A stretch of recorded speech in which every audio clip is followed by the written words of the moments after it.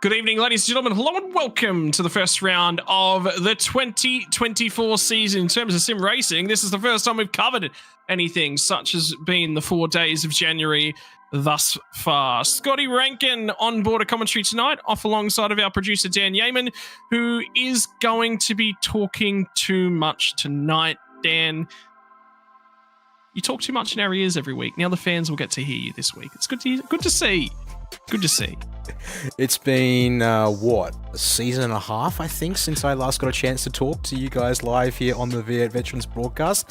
Thanks to Brady Baldwin and Simon Zomo, both doing excellent jobs. But yes, as per the tagline under your name, Scott, one Simon Zomo has decided that his WWE obsession needed to be sated tonight instead of his usual commentary gigs. So yes, here I am on the microphone, and in theory, I'd like to not live up to the quote, but I guess I can't make any promises here tonight, that's for sure.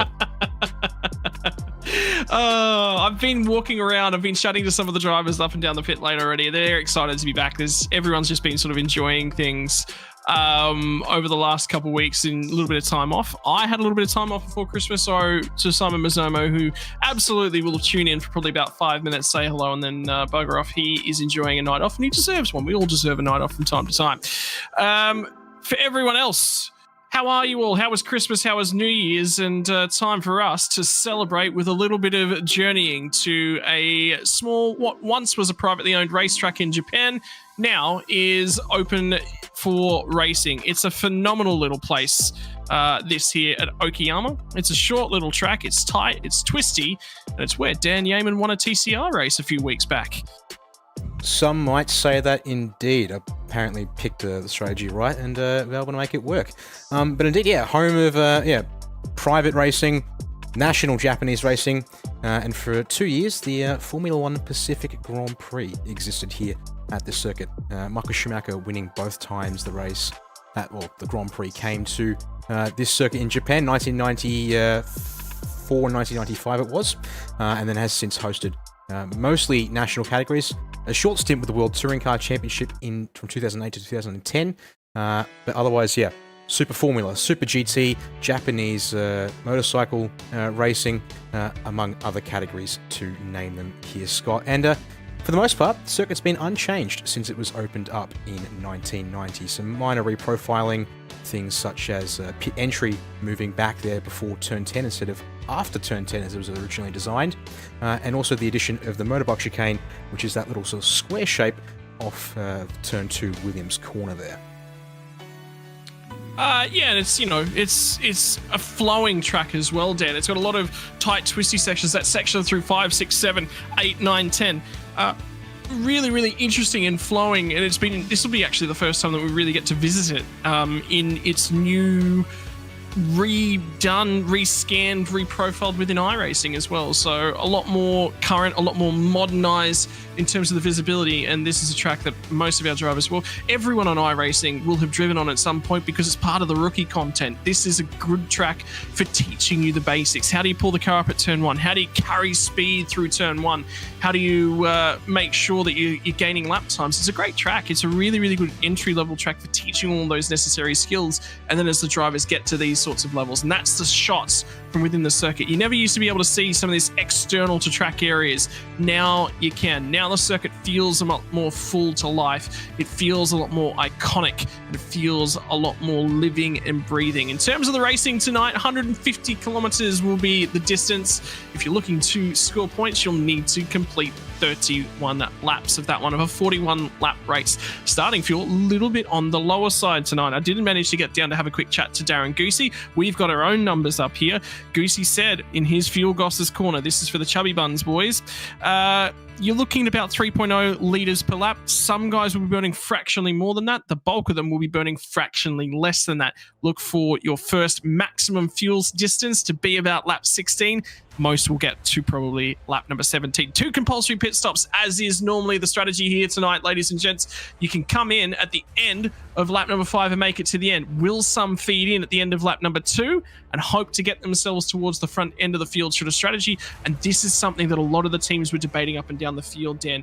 with a race like this, you've got to get 2 pit stops out of the way. Effectively, you can get the whole race done in 1 and 3 laps worth of stops. Do you go right till lap 38 hoping for a safety car? Well, if you do, you'll probably be at the tail end of the field. Who knows where that could put you? There's a lot on offer here at a track that is very difficult to overtake.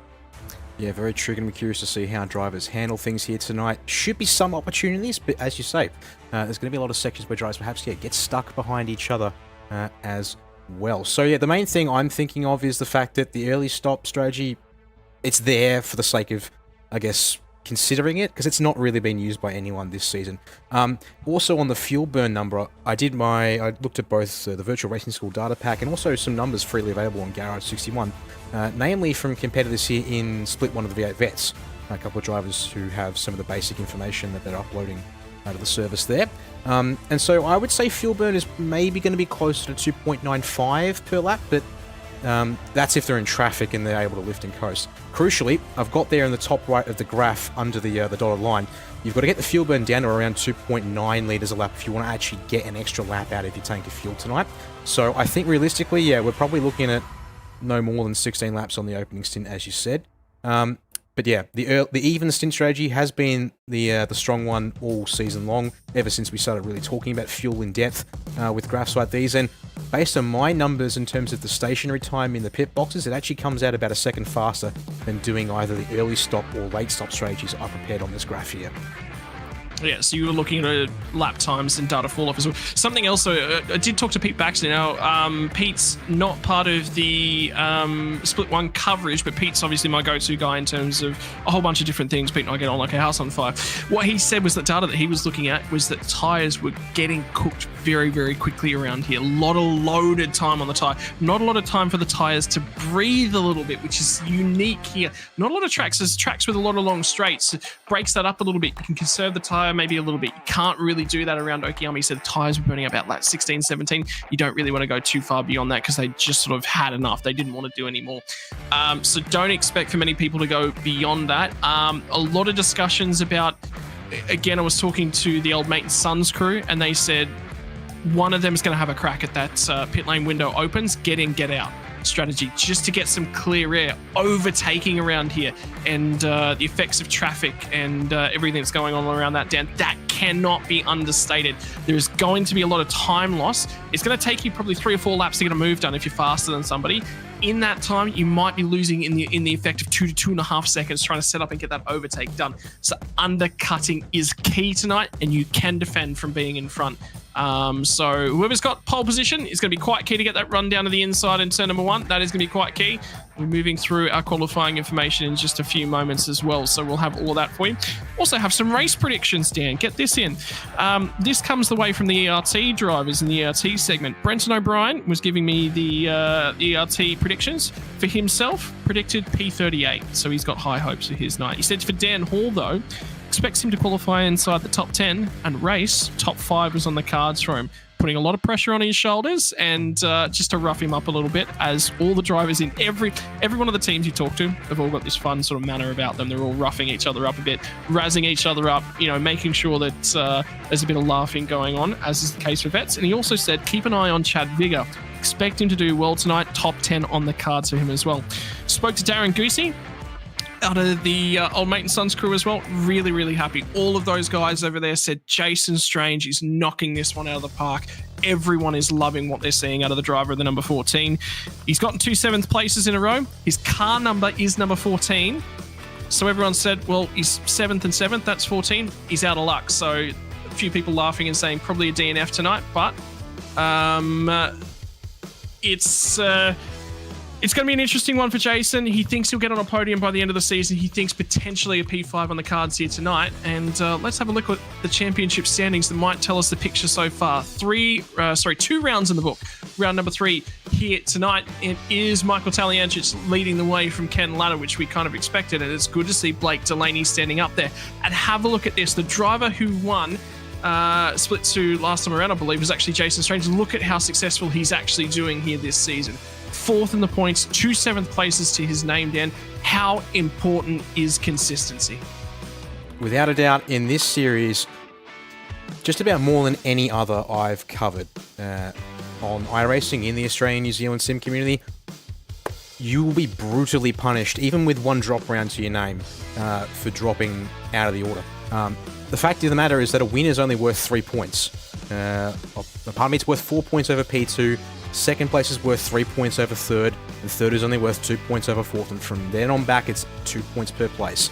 So the fact, you have to be on the money every single round. It's why Scott Gamble, despite coming back this season, after 2 races where unfortunately it's not gone his way at all, through mistakes, drama, and just unfortunately not being where I'm sure he expects to be and also where he'd want to be, he's basically gone. Championship for him, unfortunately, in Season 18, there's no hope of defending the Season 16 title that he was able to pick up, so it will have to be just a focus on every race. He'll be, and I think we've already seen that from Scott in the forums and the conversation channels from him, just to bring it up. He certainly is aware that his season defense and title defense is over, so it's about just enjoying every race as they come for him at this point. It does mean, though, Mike Taliancic on top with a 12-point margin. That's a fairly healthy margin by championship standings here in the V8 Veterans, coming into only just round 3 of the season. Well, that's effectively three wins in terms of margin, 3 to second. So, it'd be interesting to see how that continues to develop throughout the season. But have a look at how tight points are. 2 drivers is locked on 306. Chris Miller only 2 points back. Michael Stewart, dear God, I hope I don't curse him here tonight, but I would love, and I think that would be another popular podium, is to see Michael Stewart back on the podium yet again. Another update coming in from the drivers out of... and now they've gone. Robert Crisdale and co. Frog Leap Juiced Racing was just talking to Harry Dodds, who's on spotting duties for those guys as well. He said, for Brett Nietzsche, really pumped up about Daytona. He's been putting a lot of practice time and effort into that. Loves his 24-hour racing. Rick Sebra, still on holidays in his head. That's how important tonight is. He's sitting back and enjoying things. And for the third of the drivers in terms of things in Rob Crisdale, he said still a little bit hungover, still a little bit drunk from New Year's Eve celebrations, although they think it might actually be seeing the Perth Scorchers win last night. So that could be down to cricket-related drinking habits. Now, on to the starting grid. As the drivers start to line up, we're getting inside of a start. Ken Latta has got one of the most important pole positions of the season. Short track, tough to overtake. Gets it on the inside on the run down to turn number 1. Lining up alongside of him is going to be Darren Lobb. He's only going to be 700ths further back. That's the margin from the front row. Jeff Thomas in what is probably his best ever qualifying performance. Actually, I think he might have a pole position. He's going to have one of his best, certainly in the recent history, in third place. And off alongside of him, Matt Vanderkraan. 2 drivers you want to see do well. Blake Delaney and Scott Gamble will both be sitting there shaking their heads and going, where did these guys come from? Because they're 5th and 6th. Roll it over one more page. We'll look at 7th and 8th. It's going to be Tanek and Brett Nietzsche. And for Nietzsche, he's been putting a lot of practice into Daytona. It's also popped out and done quite well for him. Jason Strange is going to go ahead and pip Michael Taliancic in terms of qualifying. He'll be happy with that. That'll be a result certainly to grin from. Starts inside the top 10. For Taliancic, deep in the pack. He's got a little bit of work to do, particularly with his rival on top. David Nash and Dave Kirby round out row number 6. And we'll throw it over to row number 7. We'll find Paul Warwick, who's had a strong qualifying performance. The prediction for Dan Hall to get inside the top 10 didn't pay off. Michael Stewart back in 15th. We'll see if he can keep a clean pair of heels and grab a couple spots up alongside of Tim Nicol. Troy Stone Street and Stephen Kennedy. Troy continuing to do well in the mid-pack of top split since landing here. And Stephen Kennedy will be off alongside of him. And finally, the last row of our top 20, Travis Hunt will think a little bit deep in the pack, and Peter Vanderkraan continues to show that he is a qualifying specialist at the moment. The races have not gone his way. He will still be ahead of, though, Jason Fewens and Chad Lewis off of 21st and 22nd. Michael Quain and Damien Cairns ran out 23 and 24 down. I do indeed, and with row number 13 going to start with Dean Favell debuting for WKMP Sim Sports tonight, having run privates here since we picked up the series here on SimSpeed TV. He's sharing row 13, Rick Sebra there in the Frog Leap Juiced Racing 06 machine. Another Frog Leap Juiced car is running behind with Robert Crisdale there in the 808 machine, sharing Row 14 with Scotty Van Loon, and our top 30 going to be rounded out by Stewie Hall for Nova Sim Sports, and Ricky Hyde, also debuting in Split 1 this season, now has 2 races under the belt. And there you go, 30 cars inside of a second. We have to go back, there you go, to P33 before we drop out. But before we get there, 31st is Mario Real in the 777 for Hypersonic Racing, Nick Wood for Twitchy Foot Racing. Our last 2 cars inside of the 1 second marker, and Jamie Knight, the first car, just a tiny bit outside of it there in P33, sharing that row with Chris Blanchard alongside next to our WK and P SimSport entries. Scott McCune and Chris Smart make it 35th and 36th for Hypersonic Racing and Fishing Motorsports, respectively, here tonight, Scott. And then we're getting into the real back end of the field with Darren Crosby and Paul Burns, 37th and 38th for them here tonight. And Greg Sharp and Robert Griffiths, almost our last 2 cars, I should say, pardon me. 747 and 060 rounding out the top 40 cars there tonight.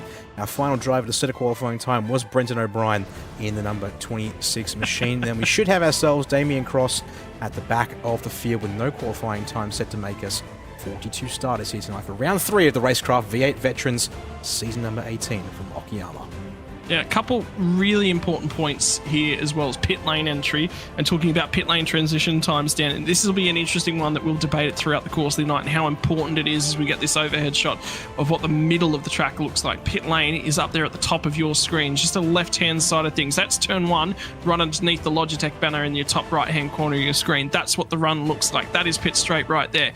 It's about 18.5 or 19 seconds to get through the pit lane transit time. But that is before we even talk about the technical pit lane entry, because it is tighter than the racing surface. You have to get in, and you have to get in within the lines. It is not an easy one. This pit lane, a little bit easier to enter than it has been historically on the older pre-rescan days.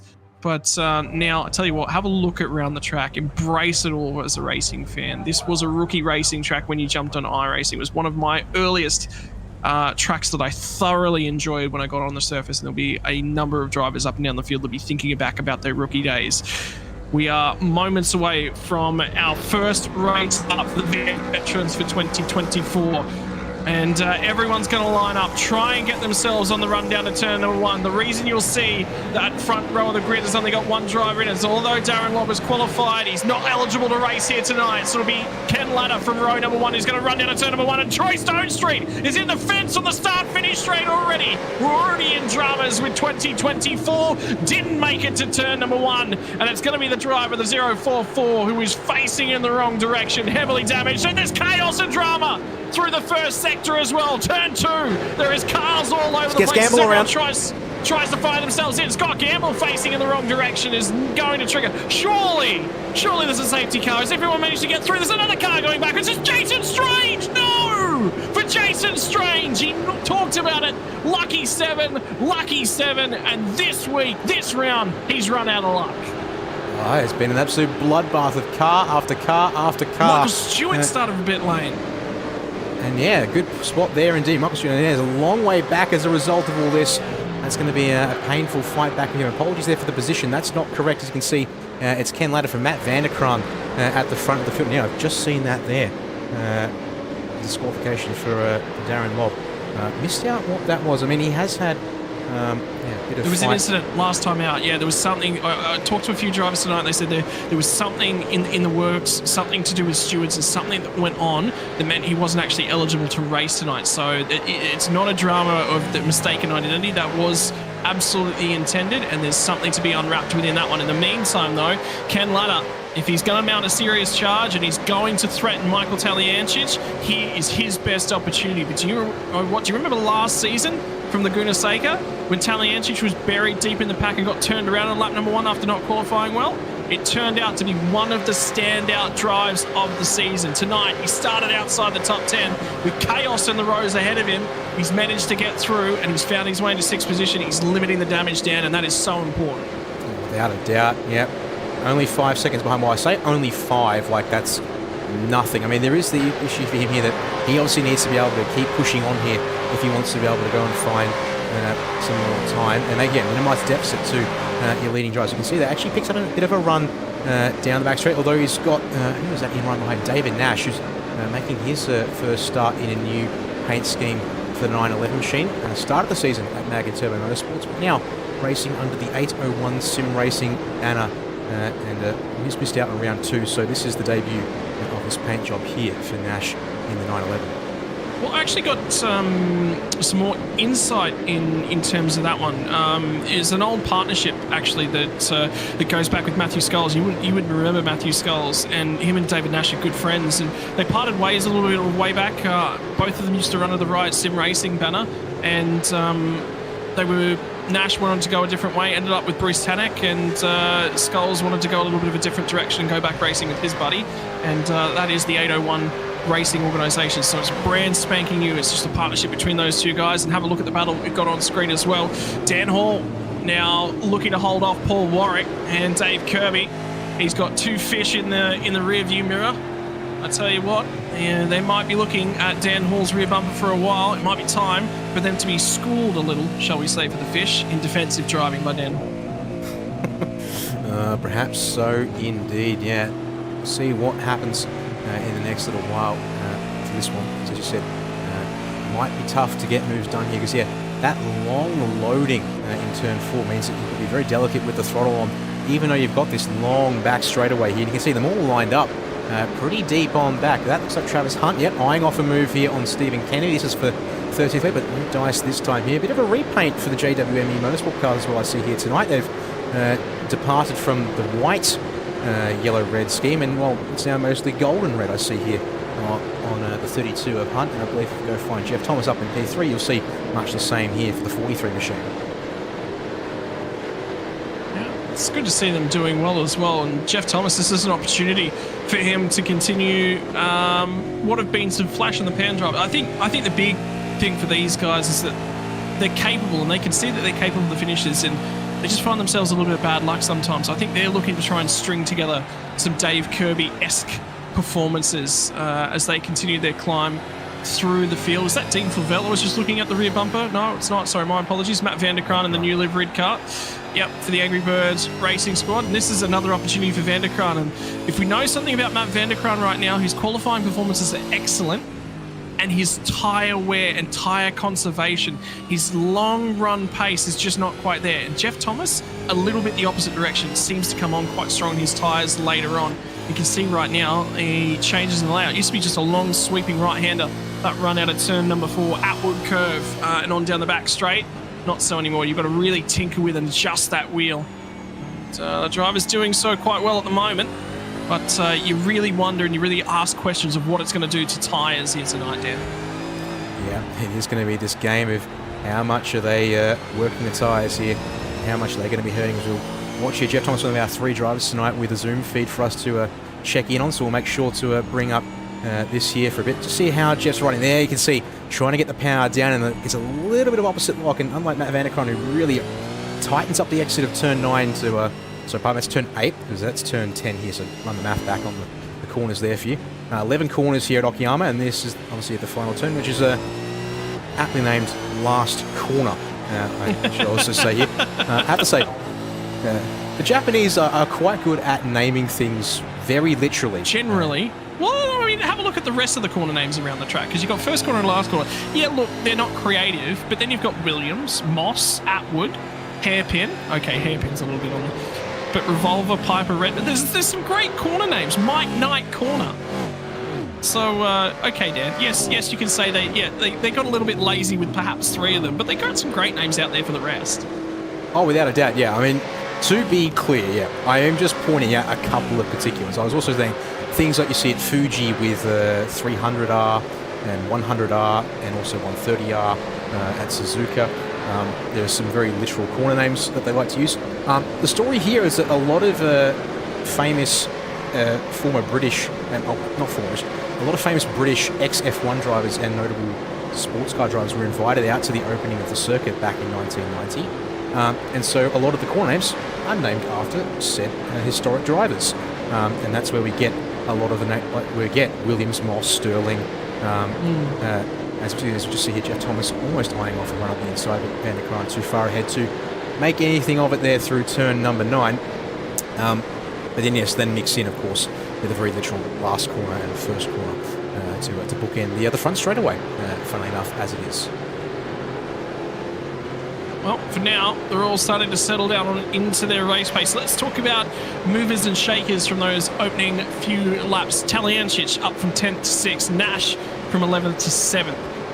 Dan Hall from 14th to 8th. So, you know, there's a few big starters sort of just at the middle of the top 10 and moving their way forward. And then it's sort of the number of drivers that got involved in those big incidents, on the first lap. Greg Sharp's something further's happened to him, unfortunately. No, he's actually been through the pit lane. There's a few drivers that have already made their first compulsory pit stop of the race now, and among those, a lot of those drivers are involved in early chaos. And this is something we were sort of discussing with a few of the teams as I wandered up and down through the paddock prior to the race, was because of the nature of the circuit, are you going to take an early stop? There's a few drivers, Dan, that have just been handed those rough hands. So Scott Gamble and Jason Strange, who had, you know, issues on those opening couple laps, well, they've actually gone with that different strategy because they had to. But Dean Flavel's been in the pits. Stuart Hall's been in the pits. Peter Vanderkraan's been in the pits. Stuart started from the pits, I believe. But, yeah, there's a few drivers that have already started to make their way through the lane, and they're a fair way back on the lead lap still. So it's not all doom and gloom for those drivers. They're looking to play a little bit of a strategy masterclass. Yeah, well, actually, let's have a look at some of those drivers here. So as you said, yeah, the first driver who looks to have taken this, Scotty Van Loon down the order a bit, as he's diving into the pit lane here. Now, good to see here. That's good work, Scotty. Don't get tricked out here at Okayama. There is a cone mark, there's a speed board sign, basically, for this one. Let's just turn that on now. Let's see, will this populate with information? Not live, no, it will not. Annoyingly, it will not, which is not really helping things out. It's meant to be showing us the lane time and such. So that's not fixed yet, so that needs to be figured out. Here's the actual time for Mr. Van Loon. He's in the box. We'll see in a second towards the end of this one. He should be... nope, he's going to go this one. Basically, I think filling this one pretty much all the way up here. So this is going to be really banking on a chance to just bang in a fresh set of tyres late in the race. The problem he's got, Dan, is if he's filled the car, now remember, so based upon the numbers that I was looking at, you're looking at maximum fuel. If you're just going to run this thing as hard as you possibly can and save no fuel, and you're going to burn 3 litres a lap, you can get about 73 litres to be added to that tank. If you're saving a little bit of fuel, it's going to be in the 68, 70 to 70, 65 sort of litre worth range, depending on how much you can save across the 150 kilometres. Now, 65 to get you home, I would say probably going to need a safety car to do that, but filling it up all the way right there, he can actually run at the end of the race. The problem is he's got another compulsory pit stop to do. So for a lot of these drivers who come in nice and early, Peter Vanderkraan among them was the furthest forward, it's short stops to get themselves into things. Yeah, these guys here all in the mostly 10 to 20 second range. And then, yeah, stuck in back here, the guys like Scott Gamble caught up in drama, so he's taking a stop and doing a healthy dose of fuel on board his 543. As Bruce Tannick is tumbling down the order. I hope that is not, unfortunately, normal. And that's actually doing a bit of a sideways slide. Where is Bruce? Gone wrong there. He's buried in the wall at turn 1, Scott. So, big trouble for him. And he's just gotten the black flag from race control as well. Unfortunately, I don't know what for, because new double PC setup for me. I actually don't have the stewards in my ear. I've just got the message in chat. And I would say it was for an incident on lap 1. And I don't necessarily know that Bruce has actually got comms, and something further's going on there with Bruce as well. So not 100% sure what's actually happened to Bruce, but yeah, I'm pretty sure it was actually for the incidents on lap number 1. Is there any chance we actually have a replay at the start of the race as well? Because a fair bit happened on that start-finish straight that we haven't even gone back and had a look at, let alone the run between turn 2 and 3 on the run down to turn 4. There was all to do. We'll queue up a few replays and get to those here as we, in the meantime, enjoy this little battle between Jeff Thomas.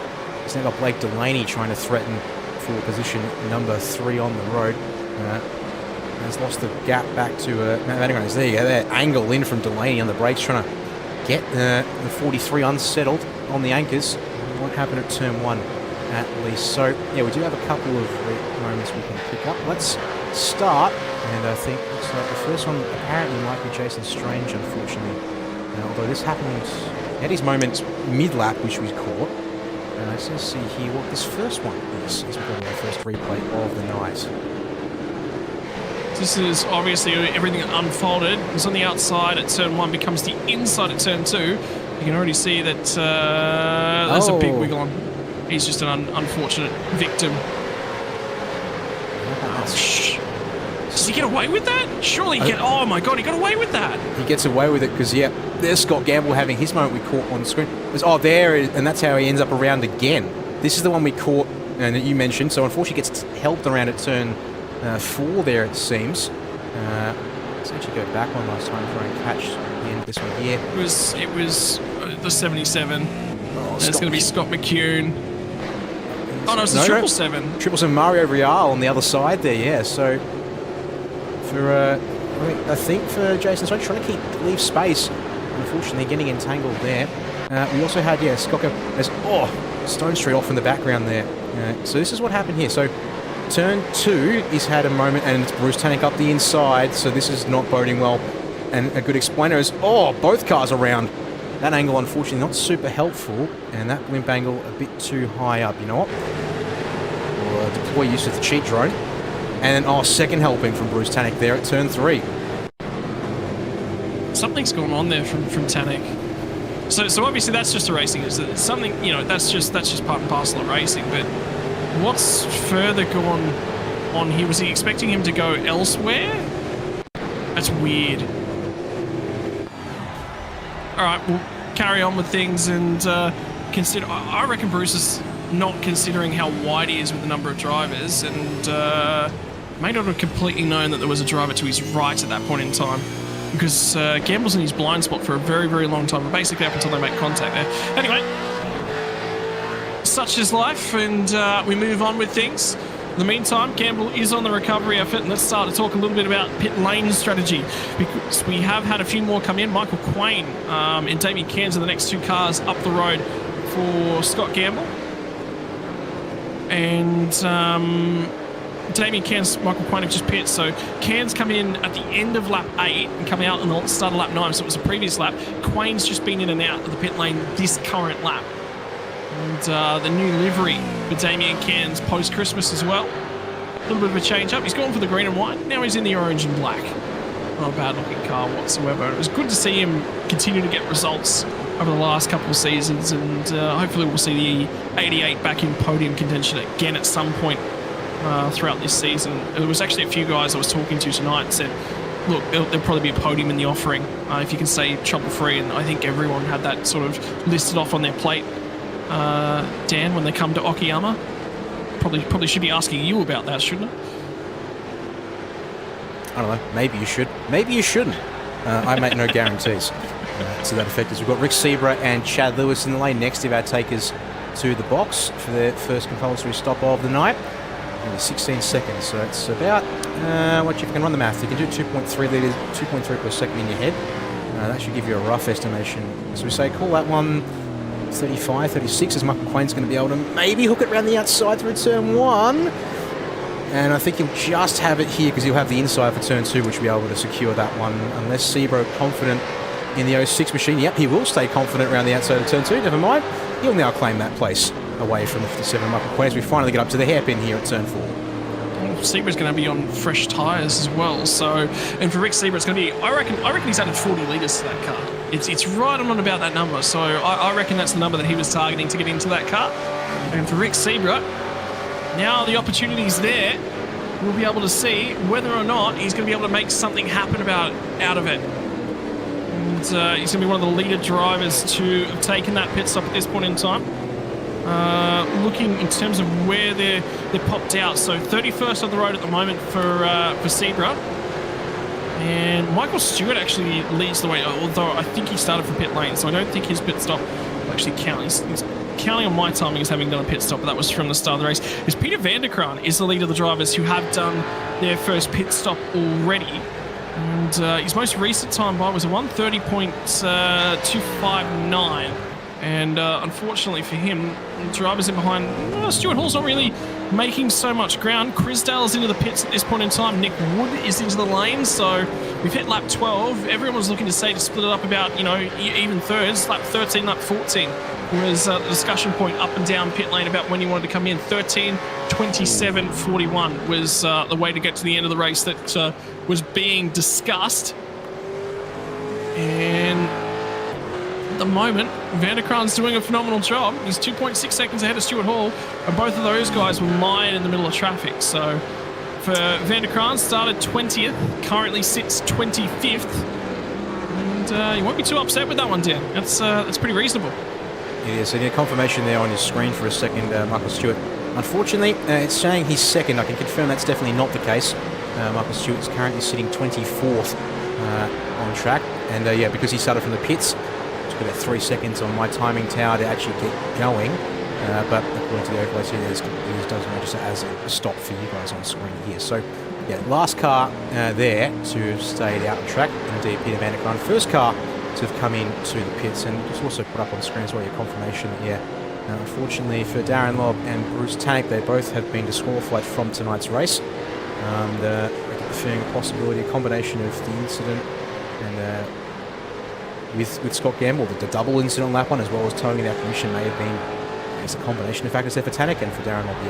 I am aware that there was some controversy after Stewart's decision at round 2. I believe it would have to do. It was at the end of the race as well.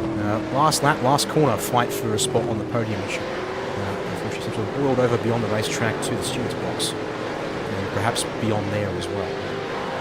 Keep an eye at the moment, actually, as we look up and down the field as well. At the moment, I was just about to say this battle.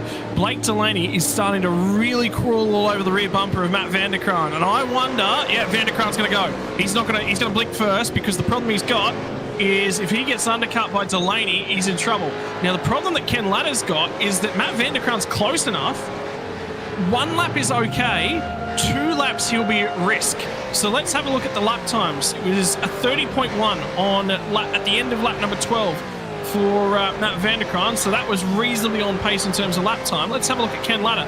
30.086. So they're just about there and thereabouts. In terms of qualifying times, 28.173. So they've fallen off to the tune of about 2 seconds in terms of lap time. 28.932. So about 1.5, sort of 1.1, 1.2 seconds in terms of their overall lap time in terms of race pace, with a little bit extra fuel on board, but that is still a second. In 2 laps, absolutely, Matt Vanderkran will lead this race. So I would expect that entire top 5 to be into the lane next time by. The problem with this track, Dan, is the pit lane entry. Pit lane exit's not too bad, but pit lane entry, I would not want to be coming in as a swarm of cars in the pit lane. If the car ahead of me is pitting, I'm going to delay it a lot. I'm not following him in.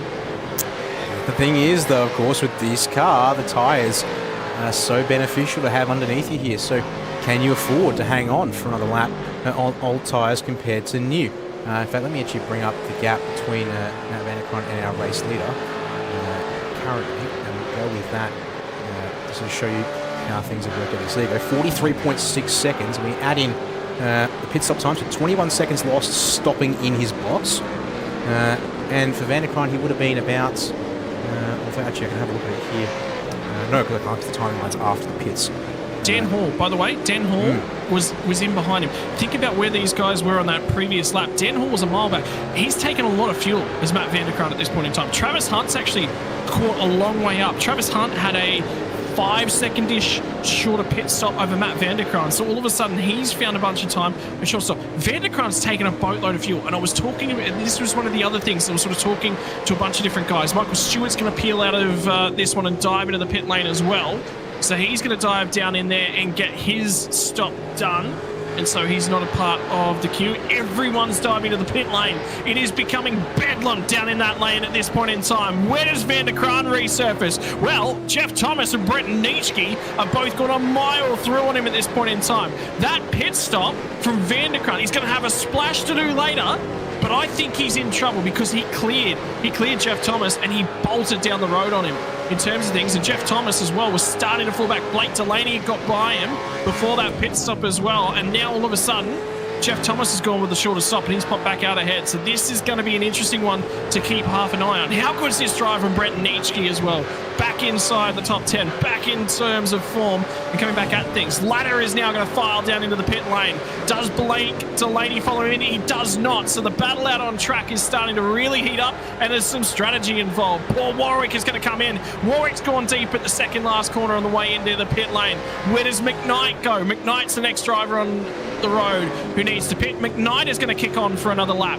Let's start to talk about the drivers up and down. Smart is running long. Paul Burns is in. Darren Crosby's now in. Robbie Griffiths, the next of the fishy drivers. The last driver to have yet taken his pit stop.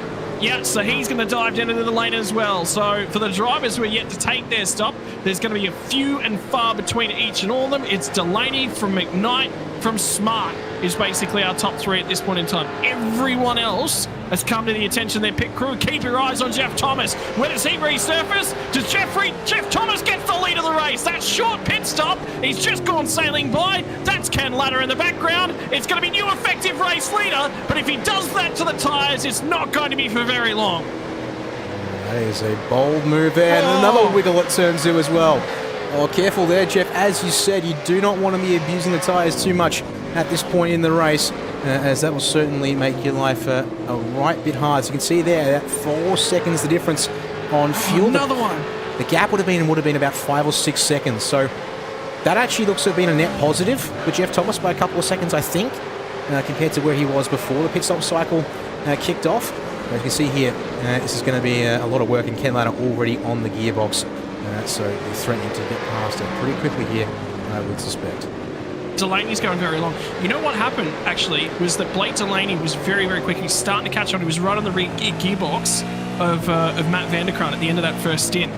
And I think he just looked at things and went, I've got long pace here, so let's give myself a tyre overlap. And he's very, very conscious of that. He's conscious. He's done a lot of good work through this phase of the race. It's the next phase of the race that he'll really see the benefit in terms of things. So he's going to extend right now, put a lot of laps down underneath this thing as it currently says. If we get a safety car right now, though, Blake Delaney is in the worst one of anyone. Everyone that has already pit will be better off because they'll have got one compulsory pit stop out of the way. One more, they're done. They're good to run home. So clearing your compulsory pit stop windows early is important in these sorts of races. So there now, it's just Delaney left, stretching the tank on this one here. And yeah, I have to think this is probably not going to be beneficial for the double away, at least from our experience with the way the strategy often works out in these races. Usually tends to favour those who come in a little earlier, get the tyres on, and bang out fast laps. I mean, as you said, traffic here being a bit of an issue. But it seems so far for the cars that have chosen to pit early, well, it's just eventually triggered a cascade that's seen everyone is. Delaney's going to keep going. No, that's the lane there at the penultimate corner. So that is basically a completely drained tank. The 008 after 17 laps, he will make his tour to the lane, and then he's going to push that one all the way to the pit entry as well. That's what a good pit lane entry looks like. Don't ask Paul Warwick. He had a little bit of drama on the way in. He'd probably not want to look back at that pit lane entry again. So, to Paul, if you're listening, sorry, buddy. I caught all of that one for you. All of your moment was captured in glorious, glorious detail on my screen. Luckily, it wasn't captured on the stream. The problem now is that where does Delaney pop back out? Have a look at the battle for our lead at the moment at this point in time. It's actually a three-way fight because Brenton Nitschke has bought his way into this one, and the spotter coming out of the Frog Leap Juice guys has been in my ear and just chatting away to me as it currently stands. Nitschke was saving tyres on that first run, and he was talking about there's also fishy cars are saving fuel. Where's Delaney come back out in? He's going to feed back in behind these guys. Through goes Vanderkraan. He's going to split the gap in terms of things. He seamlessly slots in behind Vanderkraan. And in front of Hall, straight to the inside of turn number 2. That'll be a tricky one to pull up. Is he going to get the drive off? He's got the fresh rubber. If he can clear him straight away, this will be phenomenal. Gives him free air. He's had free air for a number of laps now for Blake Delaney. It's going to be the outside when they get down into turn number 4. Dan Hall sensed an opportunity with a weak Matt Vanderkraan. Vanderkraan sort of got out of the way, sidestepped it, went, yep, that's not my fight. He'll have me anyway. And that has nearly turned into an opportunity for Dan Hall, who's chomping at the bit. Here comes Dan Hall. I tell you what, Brendan O'Brien will be sitting there going, yep, predictions right on the money at this point in time. And Dan Hall grabs one spot, 5th place for Dan Hall. Yep, just one more, as you said, needed to be able to hit that pre-race target. It's good to see Dan Hall back and racing towards the front of the field. He's had his moments here in the top speed of V8 Vets. Unfortunately, they seem to come now and then rather than on the regular. So this will be a chance to see if that changes here tonight as he really tries to put the hustle on Matt van der Kraan for this P5 place. Also see him behind David Nash, Mike Taliancic, Travis Hunt. Starting to line up here a bit. This one here, Travis Hunt. Not only do we have him on Zoom, we've also got Dave Kirby in behind, and I guess you also happen to have on Zoom as well here tonight. We have both these fine gentlemen here.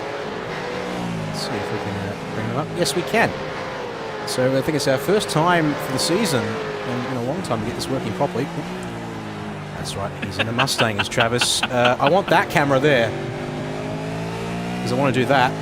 And there's David, just looks a bit of a speck from this angle in this field of view. But he's not that far behind at 1.1 seconds currently the gap between P9 and P10. And have a look at the microphone overhead as well for Travis Hunt. He's having a chat to his stream in the background, keeping his viewers entertained, talking to Jeff Thomas. And what are we talking to Jeff Thomas right now and saying is, good job, buddy, keep it going. But Dave Kirby, a little bit of a lock-up as they got down there to turn number 4. It's going to be to come along and try and have a crack. Both of them a little bit of an adjust, a breath down the back straight. It's the longest straight on the track, and it's the only opportunity these drivers get really to take a little bit of a break around what is a tiring workhorse kind of lap. And for Dave Kirby as well, Paul Warwick, his teammate, clawing all over him at this point in time. Kirby will want to keep him in the rearview mirror.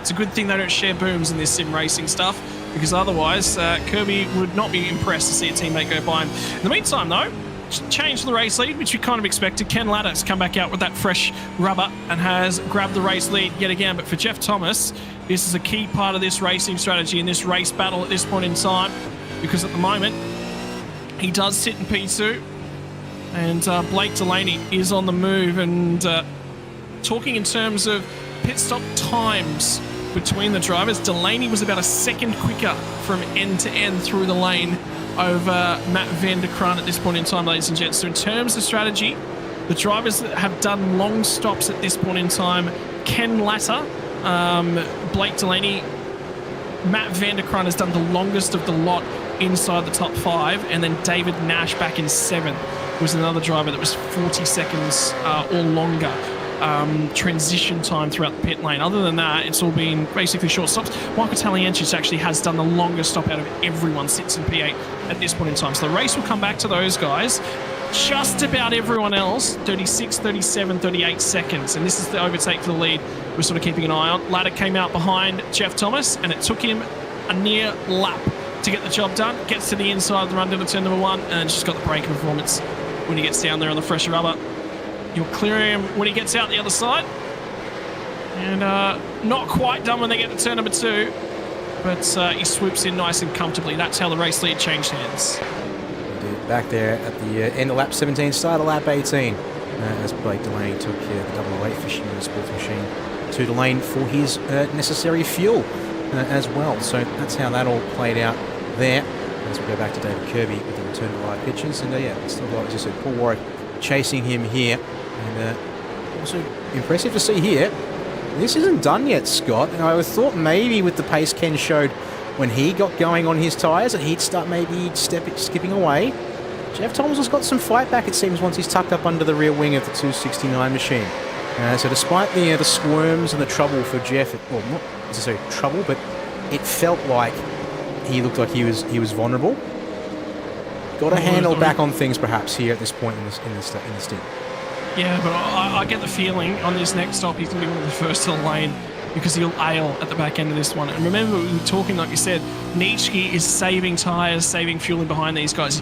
His only goal at this point in time, I reckon, was that some fuel saving, you reckon, out of Ken Ladder right there? I reckon he's just trying to save gas. He's just trying to take every single little bit of advantage. He knows that he's got less fuel to add at the final stop than those guys around him at this point in time, but he is doubling down on that. Let's not take any more risks than we have to. If there's something that we can save, if there's some piece of advantage that we can find, Ken Ladder's finding it. But right now, the biggest advantage Jeff Thomas can have is if he shows that nose a bunch of time. He's just trying to ruffle the feathers of Ken Ladder. And we've seen it in races gone by. When you ruffle Ken's feathers just a little bit, he comes unstuck sometimes. He's got pace. He's got the ability to run from the front. And I think this is an important job for him tonight. He's got to not crack under the pressure. He's got to put the job together, because if he doesn't do this right here, Dan, I reckon this race right here it will be season defining for Ken Ladder. This could be important indeed. This is a chance for him to make some really serious inroads on points to Mike Taliesin's shoes. Has 2 wins to start his season off in the number 21 for Altus Australia, and being basically a perfect title defence for Mr. T. But at the moment, as the things stand, it'll be definitely, as I said, advantage Ken Ladder for tonight. In fact, we can actually technically bring up live points for the season as it currently stands. I just need to remove something on the screen to basically make space. So let's just do this here. And if I bring this up, hopefully this will work. And there you go. This is the current live points for the season as they run. And we can see here that, it would be an exchange of position between Ken Ladder and Mike Taliesin to the top of the points tower if the race was to suddenly be declared now. As we've just crossed the halfway mark in the race. And Mike Taliesin is still back in 8th place and looking after his car, and also in the midst of the fight. He's up behind David Nash, got Travis Hunt not too far behind. If I'd have to say, he's had another 32 catch up to him again of late. Can we have a little bit of a look in at fastest laps of the race? Or we'll do fastest laps just first, and then most recent lap if you can get both of those on the tower for me, Dan. Because I think it's really, really important. I've just noticed looking through my data, Blake Delaney's actually set the fastest lap of the race. I think that was only just recent as well. He's gone to 28.743, so he's pushing on. And the key factor, the reason why I talk about that, is have a look at where he is on the track, because you'll see him right there in the back of that shot. That flash of white and black that just shot through the back end of the camera is Blake Delaney. He's bought his way onto the back end of this train. The reason that Ken Ladder is saving, I think, is because he is aware that Delaney is in the water, and he'll be aware that Delaney is sort of there and thereabouts. Out of these top 4 cars, Delaney's the only other one that's on a similar fuel strategy towards him. Now, the previous couple laps, Delaney's taken, in the last 3 laps, Blake Delaney's taken 2 seconds out of Ken Ladder. Some of that had to do with making the overtake on Jeff Thomas for position on the run down through turn 1 and turn 2, but on that second lap, he's lost 0.8 of a second again somewhere.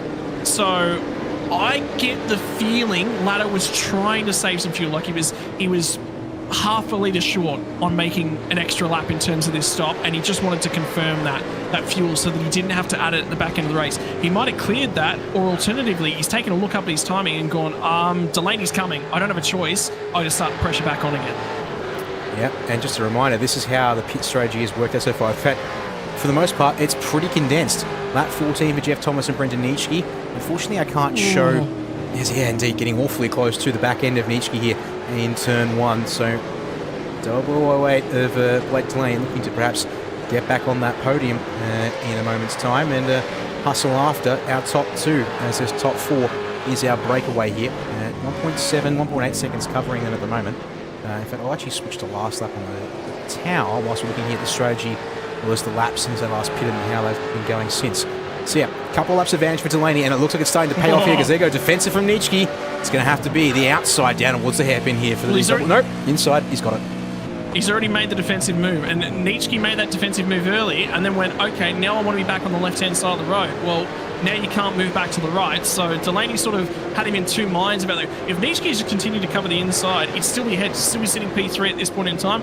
He's not, because Delaney sort of outfoxed him a little bit, made him sort of double cover, and that left the door wide open for Blake Delaney to get down the inside. Now what happens from here? Because like you said, Jeff Thomas is still responding in terms of pace. Now, there is 8 to 10 litres worth of fuel difference between Jeff Thomas and Ken Ladder in terms of what they've got on board their cars at the moment. So that will certainly be having an effect in terms of their lap pace. But this is important for Jeff Thomas. So now that Ken Ladder looks back and he sees Blake Delaney's in P3, or someone's communicating to him that Delaney's in P3, or even he gets a flash of that car in his mirror, you can see the pace is going to start to respond. That time by, with the overtake done for Blake Delaney, lost 0.2 of a second. So this is going to be thrilling. And for you viewers that are watching along at home and going, oh yeah, but Scott, they're not really making any overtaking moves. They're not really doing much. You're right. but it's one of those ones where it's going to play out in about 5 laps time. As we're starting to cycle in, we're about 2 laps away from when the bulk of the field to sort of come down for their second pit stop. And there'll probably be some drivers towards the tail end that have already done this second pit stop as well. Indeed, there are drivers in pit lane as we currently speak. Tim Nichols down there. I think I just saw Stephen Kennedy. Troy Stone Street is in. Chad Lewis is in. So there's a number of drivers up and down the field starting to be in and out. And for Chad Lewis, team boss said tonight, he's capable of a top 10. At the moment, it's not looking good. So this pit stop in this next couple of laps is really, really important for the 727 at this point in time. There you go, 10 seconds stationary on the jacks is basically just enough to a little bit more than the time it takes to change the tyres, so maybe about 20 or so, 22 litres or so has gone into that car to fill it up and make it home. And the first car to have done 2 stops in this race. Yeah, it's interesting. This actually might be our leader on double stop, Scott Gamble in the 543 machine. Because his first stop, I'm pretty sure, was about 20-odd seconds. So that adds up there. Unfortunately for Scott, still mired well down in the field due to being caught up in chaos turn 2 of lap 1. You're 100% right. That is actually his second stop. You're 100% right, Dan. The critical thing, I think, for Scott Gamble at this point in time is look at all the cars that are ahead of him at this point in time. He will be looking for them to just sidestep as quickly as they possibly can. One of them is actually Jason Strange, who was also involved in all that drama and business back on lap number 1. There's another car into the pit lane as we currently stand. I'll get you an update on who that is here in just a few moments. Michael Quain, who's now down into the lane. So everyone's starting to shuffle right around. I'm interested to see how deep Jeff Thomas is going to take this one. Just because, obviously, he hasn't put a lot of fuel in that car, so he can't go mega long in terms of this one. I think lap 30 might be the absolute furthest that he can possibly go. But at the moment, covering a little bit from Delaney, he might just dive into the lane again. I think this... Oh, Delaney had a big old wiggle coming off of Hobbs that time, turn 9. And was that Delaney diving into the pit lane? It is. It was. So he went long on the first stint. Now he's going to go super short on that middle stint. What's he done? About 9 laps on those tyres? 8, yeah. I think this might count as 9 laps here at the end of this one, effectively. So yeah, super short run in the middle, as you said. To put the pressure on, he's now going to have to do the remaining 15 laps on this set. So that's not too bad, all things considered, but as you said, the tyres, you said, have a bit of fall off, so maybe he felt comfortable with them in the first stint. There you go. Yep, shortish stop. 11.5 seconds it reads there, apparently, for the 008. Although critically, look at that there. Nice gap behind. And what's it look like in front? That is a nice open bit of track for about 3 seconds. That's time that is most definitely to his favour here on this outlap. And the same thing is, if you have a look at Ken Ladder, if he'd have pitted on that lap, he would have been right on the back of that car that's actually just up the road. So Ken Ladder actually couldn't have pit and come out with an advantage. But the problem Ladder's now got, I don't think he has to pit. I don't think he has a choice. If he wants to win this race, it's this lap. If he goes one more lap, I reckon he's going to get jumped because Delaney was longer in that first pit stop as well. And he's crawled right back up on the back of him. So this is really, really important. This is absolutely critical. Mission critical for just about everyone at this point in time. Has he come in? He's gone long? No, he's in. He is in. They're all in. They're all coming in. They all sort of thought about it, dived in. And it's going to be, I think, maybe a racing lap led for Brenton Nitschke, because where's the start-finish line? Yeah, absolutely it is. Down the far end of the pit straight. Is going to cross the start-finish line and get the big old tick next to his name that secures the bonus point. So that's critical for Brenton Nitschke as well. Now, how long does the driver of the 066 run? Because there's an opportunity here for him to put a bunch of laps in at the front end of the field. Ladder's going to be in, so now we're going to watch for where he pops out in terms of the race lead. And it's the conclusion of lap number 27. All of a sudden, the V8 veterans come alive for 2024 yet again. They do. Where are you, Blake Delaney? He's gone. He's gone. That's him. That's him at the front of the shot. Just went through. So Ladder's lost the effective race lead. He's going to come out effectively P2. In terms of things, Nick Wood's just in behind him. Ricky Hyde are those next 2 cars. And Jeff Thomas isn't actually all that far behind either. So Jeff Thomas is effective P3 at this point in time. And it's actually Delaney that's going to lead the way. My word, good strategy, good calling. good, what do you call that? Adaptability from Blake Delaney tonight. Yeah, I have to say though, looking at the stationary times, Ken Latter's made a bit of a meal of this second stop. Either super conservative on fuel and making sure he's definitely got enough to get home here, or he's overfueled it and just not got the numbers right, because he only had about a second or two's difference to Delaney in that first stop, I'm pretty certain, unfortunately. Oh, I can't see who's gone around there in the background. Is that Ricky Hyde? I'm seeing you have the 031 dropping down the... No, apologies. Or did he have a moment and he's gathered it back up again already? He might have just done that. Yeah. Well, you know, it's time for a bit of a replay moment, I think, there in that case. Yes, you were right. He locked it on the way into the hairpin and slotted immediately in front of Brenton O'Brien. So, yeah. Good old chunk of smoke there. I was wondering what was up. Let's see if we hit the old magic replay button. How are we looking here? Just lost it. Was nearly looked like a downshift.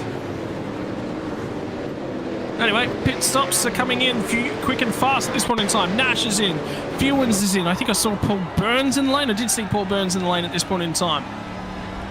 So yet again, it's all starting to come unstuck for a number of people, and you just missed Ricky Hyde actually sideways on the run down into turn number 1 as well. Paul Burns is in behind him, and critically is actually Matt Vanderkruijs as Brenton O'Brien runs wide at turn number 2. So this battle pack is not helping out. David Nash has just come out of the pit lane. He's the next car in behind Matt Vanderkruijs, so this is mission critical for Vanderkruijs as well. He's in behind these guys who are all having their own race, and at the same time, all the time that he's losing right here, he's not gaining on those cars that are up the road. So this is important for him. He might try and show the nose when they get down here. He's on fresh rubber compared to these guys. 12 laps fresher compared to Paul Burns, and it's 19 laps fresher than Ricky Hyde just up the road from him. So a lot of drivers on older tyres, and that pit stop, that post-pit stop traffic starting to become a real problem for the driver of the 180. Yeah, this is where it starts getting interesting now. The field is spread out due to the fact the race has, well, been going on here. But let's actually bring up on the tower when they all last pitted, so you sort of get a bit more of a concrete idea of where drivers are at. And yeah, the fact that our effective leader is, where is Blake? He's actually not too far down, now P2. And in fact, he's apparently not too far, no, about 15 seconds back off of my Terry Ansett shirt. My apologies there. Tower and everything just updating as Robert Crisdale cycles through the lane to get his second and final stop with the race done tonight. But yeah, for Vanderkruijs, this is about as bad as it gets, because he's got himself the 2 cars directly in front of Burns and Hyde, who need to stop again. And actually, that's it now, because Brendan O'Brien's peeled off from the front of the screen. So that is one less, but it's just time, as you said, time being burned here, where he can't find a clean way through, so he's got to keep to give you watching along at home sort of a perspective of how much he's lost. When David Nash is the next effective car for position come out of the pit lane, it was about 3.5 seconds behind him. That was last lap. He's now down to under 1.5 seconds, about 1.3 seconds by my timing. So he's lost 2 seconds effectively to David Nash in that last lap. He's got to show this nose down here. He's got to get on with it, because that's Nash just in behind. Scott McCune just behind him has shown the nose. And, well, not quite close enough to get the job done. And this is destroying his race. 32-0 last time by for Matt Vanderkruijs. He is screaming at Paul Burns from that cockpit. Get into the lane, son. There's fresh tyres waiting for you. Your race is going by the wayside. My race is going by the wayside. Please, please get to the pit lane this time by. Yep, as they'll bring it up there, the sectors on the last lap. Lost half seconds. There you go. Basically, they all peel in. Finally, the shackles can be released, but David Nash is right there. In fact, we even bring the current sectors for the lap up, and I'll tick there. Nash actually goes. So Nash didn't get much of a benefit in the opening sector, but picks nearly half a second in sector 3 there. That is painful, to say the least. And we'll just bring it here so it stays static for a second. There you go. 4 tenths and half a second in the middle sector. Massive. The shackles are finally free for Matt Vanderkruijs, but nowhere inside of the front pack. They are a good 7 seconds up the road. Well, Nitschke had to stop for 5 seconds longer. And effectively, he would have been effective with Nitschke for things, and they're just gone. And if you have a look at those lap times through that period of the race, 32.6, 32.0. In that same time for Brenton Nitschke, he ran a 28.8. So he's lost 4 seconds in one of those laps. And the previous one was actually, oh no, more's gone on deep in the middle. That's Dave Kirby. It sure is. Unfortunately, turn 2 has not been kind to him here. And time to go find out exactly why, I suggest, as we'll bring up the next of our RaceKraft simulation replay series, Scott. It's actually being referred to the stewards, by the way, so there's more to deal with in this one. It's Jason Strange that is to the inside of him, and Strange has just missed the braking marker, just a little bit wide at the turn-in point at turn number 2. So, yeah, Kirby's absolutely got a right to be aggrieved there. That angle didn't show a whole lot, and this is Kirby here, and the drone kept, yeah, he's giving him more than enough space, and Strange just not pivoted back to the left far enough. Yep, that'll be quite simple drive-through penalty, 100% for Jason Strange. So to the guys, he expected some bad luck to be coming his way. He's had good luck so far this season with Jason Strange, so yeah, I won't be talking to drivers about luck prior to a race again in the future. That might not be the right play, I might suggest. Unfortunately, our battling at the front of the field has sort of calmed down now as the pit strategy has made itself known. We do have ourselves, though, a brewing fight, it seems, here between Jeff Thomas and Brenton Nietzsche, as the 066 has gotten a little closer each and every lap, it seems. And as a result, we are eyeing off this P4 position. Unfortunately, it's not for the podium. Although in saying that, it will be for the podium because we still have ourselves Mike Taliantis trying to drag everything he can out of his tyres at the front of the field. Make that a pit lane entry there for the 21. So that'll put that one to rest and reset the field. And we're just seeing also a couple of changes of position further on in the back of the pack. Someone we mentioned earlier tonight, DFL, first time out in WKMP SimSports colours, is just getting himself involved in a bit of a stoush here with Nick Wood in front of him, and I believe that's actually been an exchange position. It was indeed Wood in the 308 getting ahead of Flavel in the 880 at the end of the back straight there. So gone through, and drive-through penalty for Jason Strange has just been issued, which we can all see that one coming, and he's going to peel off and serve that one straight away, unfortunately for Jason Strange, and he'll be back again next week, and hopefully a little bit kinder to him, but he was very, very happy with how things were going thus far. So when you stand at the end of things and you go, look, he probably wasn't expected to be inside the top 10. He's been inside the top 10 twice. Well, you're going to have a bad race in the middle of that. And it's about experience. It's about putting yourself in there. It's about challenging yourself. It's come unstuck this time for him.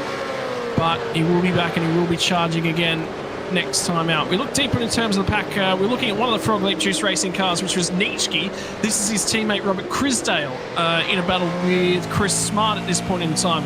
Have a look at Taliantis, by the way, pops back out in P5 after that pit stop, and he's got fresh rubber on. Don't count him out of the podium fight just yet with 8 laps to go. It's if he takes probably 0.8 of a second out of the guys ahead of him wanting fresh rubber, or they start to fight, which with those guys are in a bit of a fight, Tally will buy himself onto the back end of that one. But yeah, it was interesting just sort of keep half an eye on a few different cars. And how many cars do you want to register on the battle graph at this point in time? Because I count about 15th to about 26th, Dan, that aren't too far apart from each other on track at this point in time. The head of that train is Jamie McKnight. Yeah, that counts. We haven't done one of these in a while, so I think it's overdue that I punch in. I believe that's the magic number I need. No, it's 21. No, just put 21 drivers on there, Dan. We'll start with the 12 here from 15th through 26th, because yeah, they're all within a second of each other. There's space out a part of the way. They're not. Scotty Van Loon's going to, I think, break that a little bit there, because he comes down the lane. 26 laps on his tyres for the 410, and in fact that'll actually move everyone up the spot, so I need to go there to get it back where it should be. I love watching it work, by the way. Yeah, for those of you who don't know much about what goes on behind the scenes at SimSpeed, Jay Kennedy in charge of this thing. Jay Kennedy and I love sharing each other cricket, the operating room from the cricket broadcasts, and how they actually manage to put all the shots together. So there's always discussions about what things do and how things work in terms of TV things, and how to improve things. If you're interested, actually, by the way, fans watching along at home, we introduced Dean Hunt to the commentary box a couple of weeks back, and he was interested to get involved. Nearly debuted tonight. He said, unfortunately, I would have loved to have been there, but it's the first time I've gone golfing in a very long time. Otherwise, we would have had Dean Hunt on broadcast here tonight. so he just unluckily, his friends took him out golfing at any time. But if you're looking for a little bit of a gig, interested in doing some sim racing commentary, we're always looking for more broadcasters and commentators, and there's a lot of fun behind the scenes, isn't it, Dan? Building second computers and watching them not work when you try and put them together. Let's just say, look, I've gone to a dual computer setup for the sole purpose of allowing me to crank the iRacing graphic settings practically to the max, barring a few like hidden settings in the background I haven't tinkered with yet, just to make sure everything is performing nice and stable. And having a computer dedicated to the broadcast overlays, actually rendering the stream, the zoom cameras, making sure that they're not out of whack or anything. Yeah, and it's just been a nightmare of a time. Funnily enough, one computer makes life easier. Maybe I should have just overbuilt a single computer and gone with that next time as the path forward. Oh, well. Certainly would introduce less problems. It's given you something to tinker away with behind the scenes. That's never a bad thing. You're learning more about computers. You're learning more about what mistakes you can possibly make at the wrong time. So Nick Wood, he's learning more about what Jason Fewens' rear bumper looks like. What's that sponsor on the back end? It's DBA.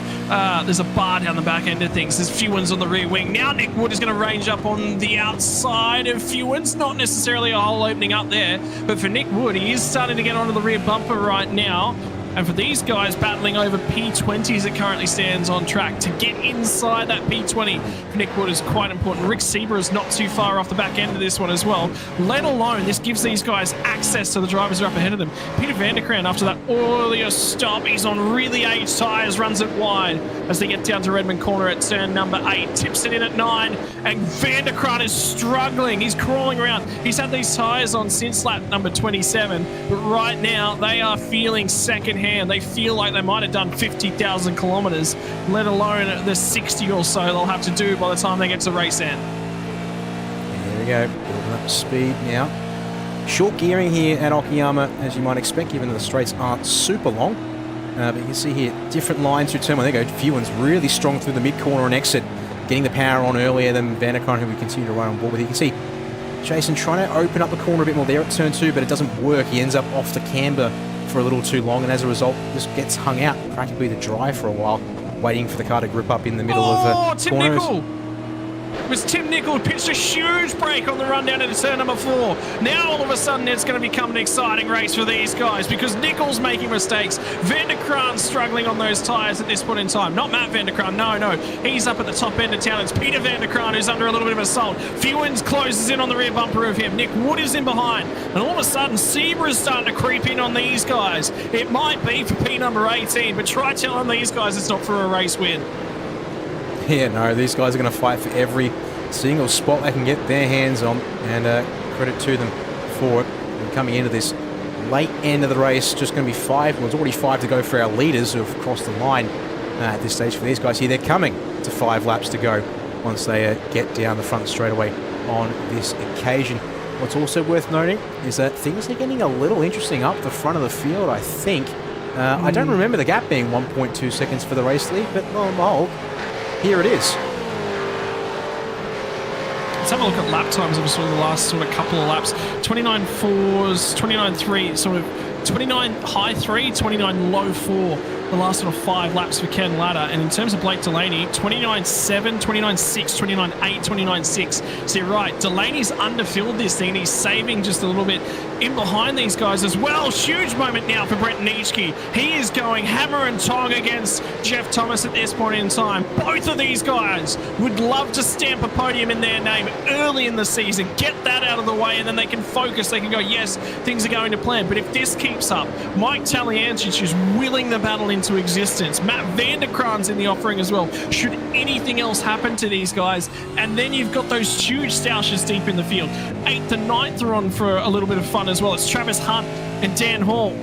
And for Dan Hall, it's not a top 5 at this point in time, but again, struggling to drivers looking after those rear tyres. You can see agitated rear tyres, agitated steering angles, the swapping of ends. Look at the downshift from Jeff Thomas on the run into turn number 1. Watch the wheel work here in the middle of the corner. He's had to overcorrect, he's had to correct, he's had to really adjust to that car, Dan. He's working that thing hard. Talk to us about driving a V8 supercar, Dan Yeaman. Talk to us about driving and the correcting the wheel work that's going on at the moment.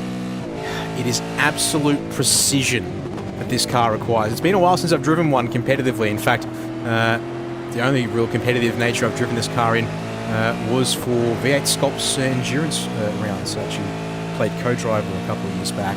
But yeah, absolute precision on your steering, your throttle, and your brakes are required to be able to get the most out of the cars. As Jeff Thomas has gotten loose, I think.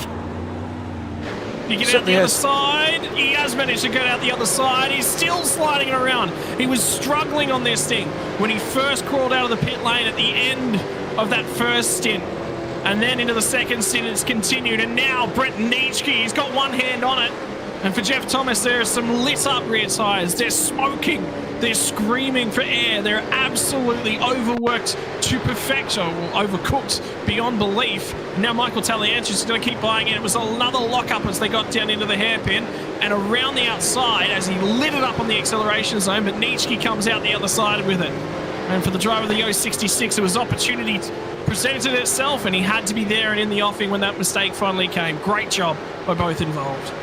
Yeah, just the pressure play for Nitschke, just to be there for that entire stint. Their tyre life is practically the same, although unfortunately for Jeff Thomas now, had a lap older tyres, and he's just put a lot more into the rears. He's going to have to try and manage, as you said, to get home here to the end. We also need to note this battle here with Jeff's teammate Travis Hunt, looking to try and find a way past Dan Hall here, take away this P5 or P7 position now. Actually, it's become no P9 8. If I could maths, that'd be great. Apparently tonight, right now, not having a great moment of it there. As try and get on board here with Travis Hunt as he tries to get this spot away from the 462. Let's say Dan Yeaman and Math right now, like all of the drivers in their rear tyres as it currently stands, continuing on down the outside. He looks cool and calm. And normally he looks a little bit phased, Travis Hunt. There's times where I've seen him look a little bit unraveled, a little bit more sweaty, a little bit more red in the face, but now look, he's vice gripping that steering wheel. He's really trying to measure himself, and you can see he wants to grab the wheel, he wants to twist it, he wants to tip it in, and he's just having to be more patient because the car's not ready for it at the moment, let alone he's also trying to not get into the back of Dan Hall and set up a good exit all at the same time. It's not easy.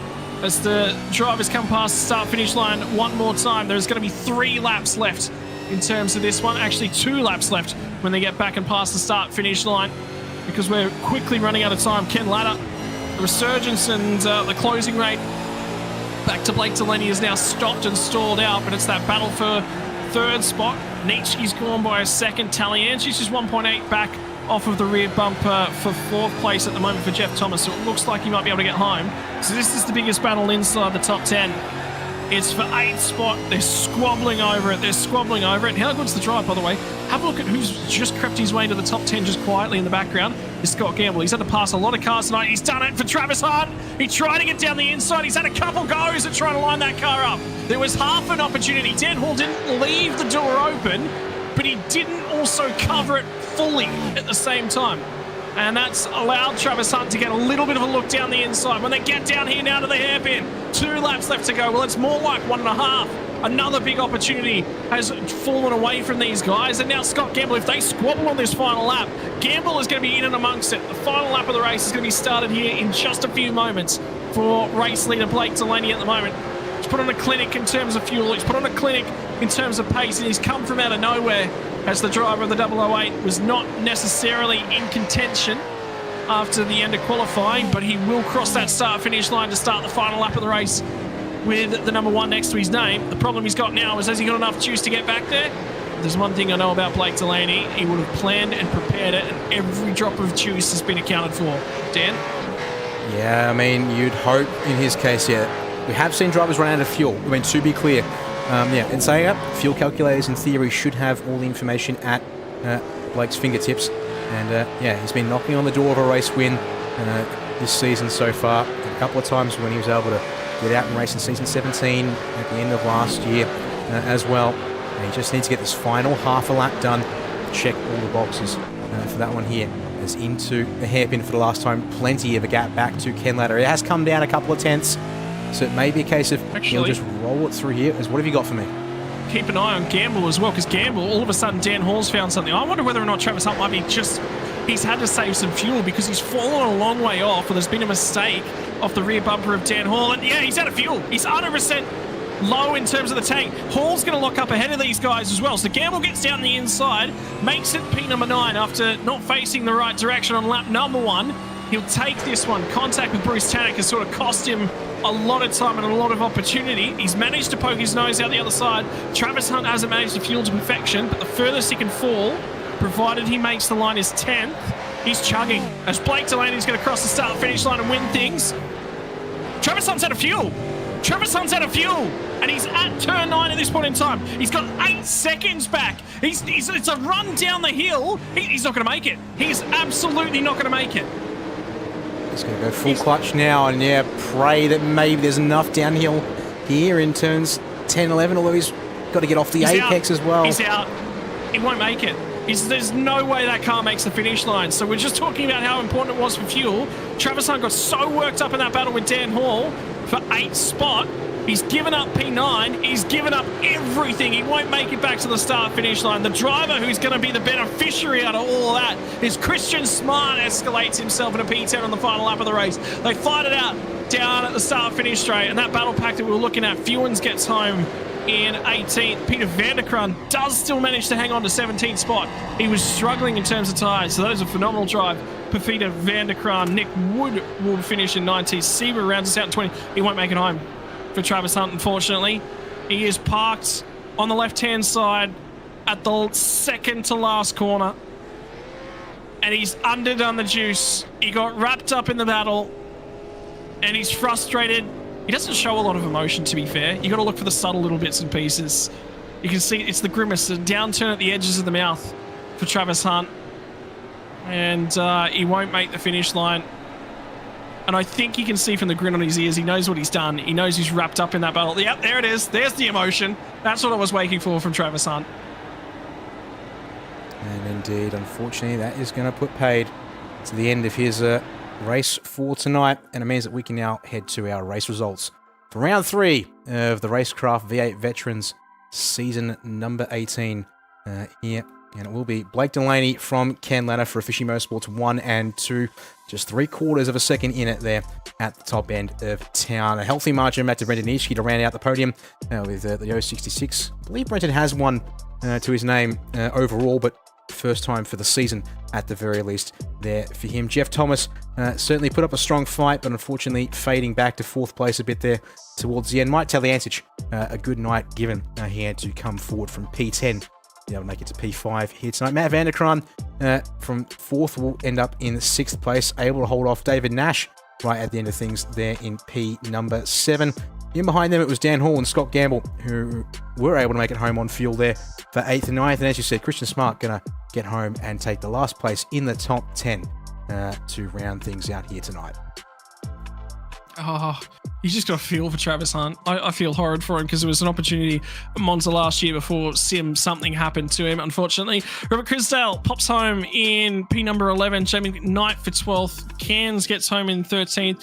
He's a little bit deeper in the pack. He won't be too upset with that one. Chad Lewis, Tim Ross says inside the top 10. Unfortunately, just outside for him. Stephen Kennedy, Tim Nicol, and Peter Vanderkraan. Really impressed with that drive. And Peter Vanderkraan put a few places forward. Jason Fewens gets home in 18th as well. It'll be a good drive from Fewens. Nick Wood, Rick Sieber round out your 20. Moving outside the 20, though, we turn to Troy Stone Street, who didn't have a great lap number 1. Dean Flavel, the first night in the WK and SimSport colours. We'll take P22. McQuain, McCune, Stuart Hall, Ricky Hyde, Paul Burns, Damien Cross, Dave Kirby. After that moment, he'll be ruining things. That little bit of contact with Jason Strange in 29th. And we're starting to see him unravel a little bit in season number 18. Brenton O'Brien home in 30th. 8 spots better than his prediction of 38th. Darren Crosby, Chris Blanchard, Robbie Griffiths, Greg Sharp, Murray Reel, Scotty Van Loon, Michael Stewart, Jason Strange. All the cars home on the lead lap. Travis Hunt runs out of fuel, doesn't quite make the line. Paul Warwick had an internet issue and dropped out of the race at one stage. Bruce Tannock and Darren Lobb had issues throughout the race and unfortunately didn't go very far into that one. And that is all 42 of the drivers and where they finished as a result. Dan, that was an interesting one from Okayama. A little bit more overtaking than I certainly had on my cards. And we'll get the opportunity now to chat to 3rd position We're speaking of driver, the number 066. It's going to be Brenton Nietzsche, who had a podium a couple seasons back at Circuit of Barcelona, Catalunya. Brenton, did you have a feeling that one was in the offing tonight, or is that sort of a put myself in all the right spots and hope something goes my way? It was a bit of stay on track and just do lap times as I could, and just make sure I stay out of trouble. So there was a bit of carnage there on the first lap. I was lucky to get around, so that set it up for a decent race from there. So yeah, wasn't expecting a podium tonight. I hadn't done a hell of a lot of practice during the week, so I was just take it as it comes. But race pace was pretty good, so I was happy with that. Mate, in terms of things, another nice consistent little finish. It was a good drive all around. You certainly had fun in terms of things. It was a tricky track around here. You've got to look after those tyres. Dodsey was talking to me throughout the race and said you definitely had it in the back of your mind. You had to look after those tyres at a number of different stages there.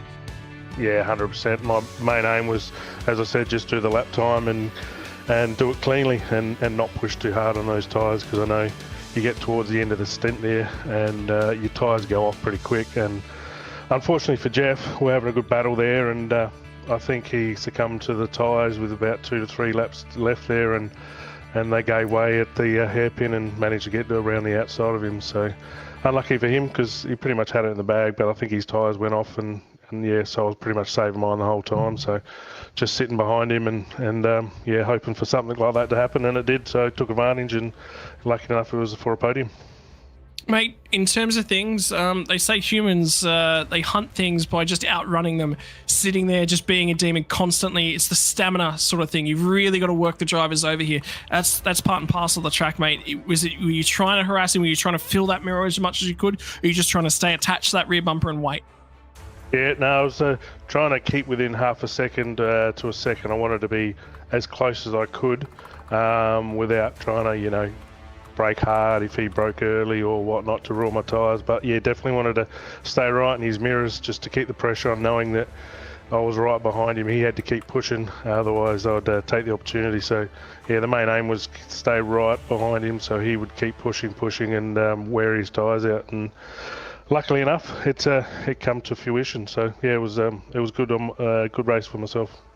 Mate, in terms of things, next week we head to the Charlotte Road course. It is the older layout with the flat-out chicane on the backstretch. A lot of risk versus reward there. What's the strategy? How do you feel going into that one? My strategy will be a lot of practice, because I've never driven on that track. So it's going to be interesting to where I sit next week, having never did a lap around this. So yeah, I think it'll be a lot of practice and take it as it comes. I haven't even seen the circuit, to be honest. So that's how green I am to it. Mate, and finally, best of luck in the Daytona 24, because I know that you've been chomping at the bit to get back into some endurance racing, mate. So good luck with that one. Floor is all yours to thank the sponsors that make it possible for you.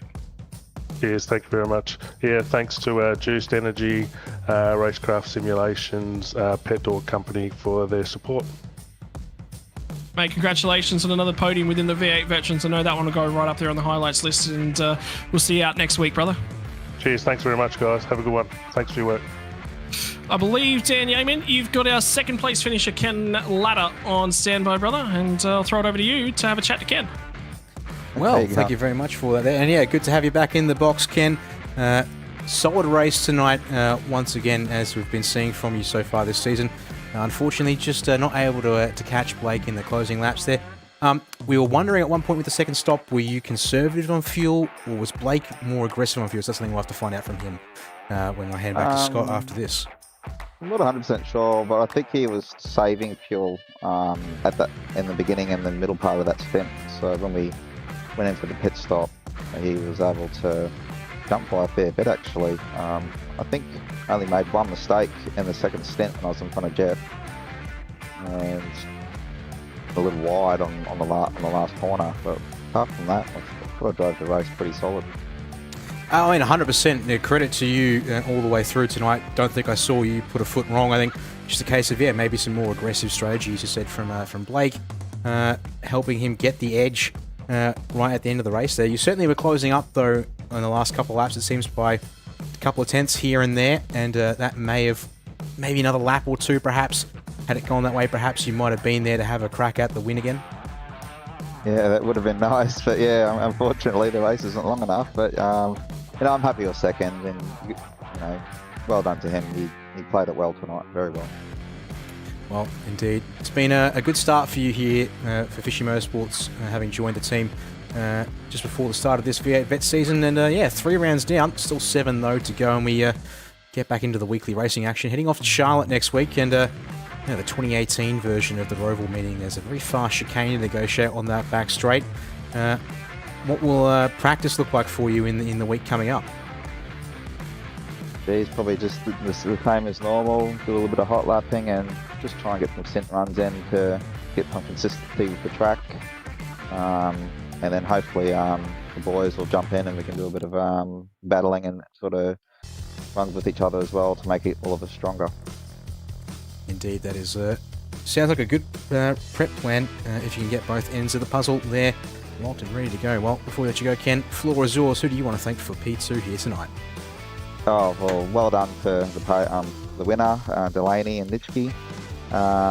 Also, thanks to you guys and Race Control and all the guys at Fishy and our sponsors, West End Motor Group, Infinity Designs, DC Shades, Battery, Warehouse, Early Beach, Business and Training.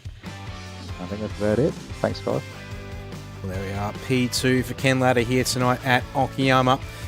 Puts another podium in for him, Scott, but there's one man who able to get atop of the podium tonight. And I hand back to you to have a chat with our race winner here from Okayama for round 3. It's Blake Delaney in the 008.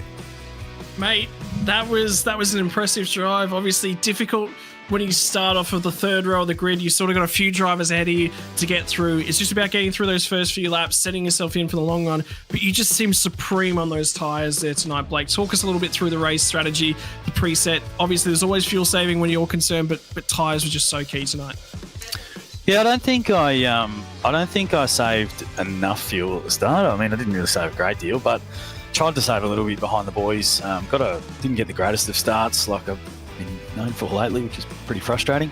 But I let Tanik and Scotty go into turn 1, which probably was a good move considering what unfolded straight after it, and was able to miss that and then chase down the boys at the front, which was pretty good. So the second stint, I was always going to make it really short to see whether or not I could take advantage of a new tyre and get the leaders, but it turned out I saved enough at the start, and it was good enough for a win. That was an oddball strategy. Go very, very long on that first stint. You ran that tank dry on that first stint just about, but then to go for 9, we had it 8 to 9 laps. Sort of, you come in at the end of the 8th lap to start the 9th lap. That is a supremely short middle stint. Was it you always absolutely were targeting that lap, or you were just watching things and sort of seeing how that unfold? Because at that point in time, the battling was epic as well. It's about, with these cars, you've got to tweak every single lever. So talk us through again, what's the go, what's the mindset, how are you adjusting that race on the fly? Yeah, look, I understand I'm not the quickest driver out there, so you've got to think about strategy, and that's where I suppose I won it tonight. I was always going to go long, short, long.